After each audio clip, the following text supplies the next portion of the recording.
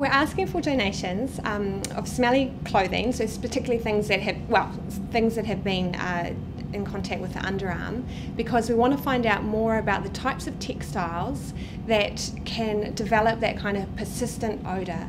So odour to the point of no return, I sometimes call it, where laundering is no longer successful at getting odour out of the clothing. Surprisingly, although a lot of people may realise that odour can be a problem in clothing, there's very little research in this area.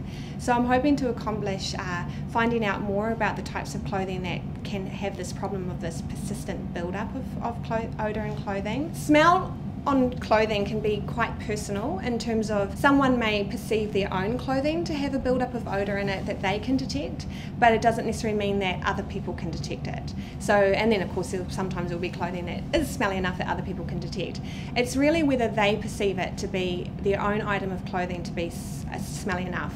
We would quite like it to be laundered in terms of we don't want smelly clothes that hasn't been laundered, so that we are dealing with clean clothing. But if it's something that's been in the wardrobe for a number of years and it was clean before it went in there, that's fine. It's just that maybe not freshly worn and then popped in a bag and given to us.